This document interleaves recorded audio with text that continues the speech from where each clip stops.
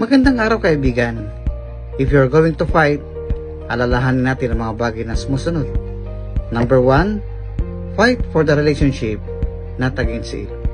Huwag nating hayaan na ang ating relasyon na binuo sa mahabang panahon ay basta-basta na lang masisira because of misunderstanding o hindi pagkakaunawaan. Pangalawa, fight for the reconciliation, not for the alienation. Opo, lahat naman po ng problema na pag-uusapan. At kapag naayos na yan, babalik yung dating samahan. Hindi ba't napakaganda? Number 3, fight to preserve, not to destroy it. So, dapat nating i-preserve yung magandang relasyon. Matagal na samahan, matagal na pagkakaibigan. Napaka-importante nito.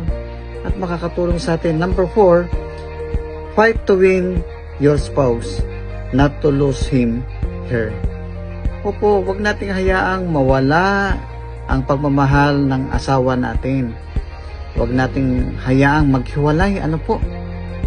Ipaglaban po natin yung pag-ibig at pagmamahalan.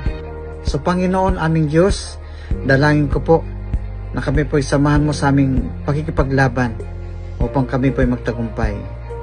At nawa, Panginoon, ay tulungan mo kami. Give us knowledge, wisdom, understanding, revelation that comes from you upang magtagumpay kami sa laban na aming haharapin in the future. In your mighty name, Amen.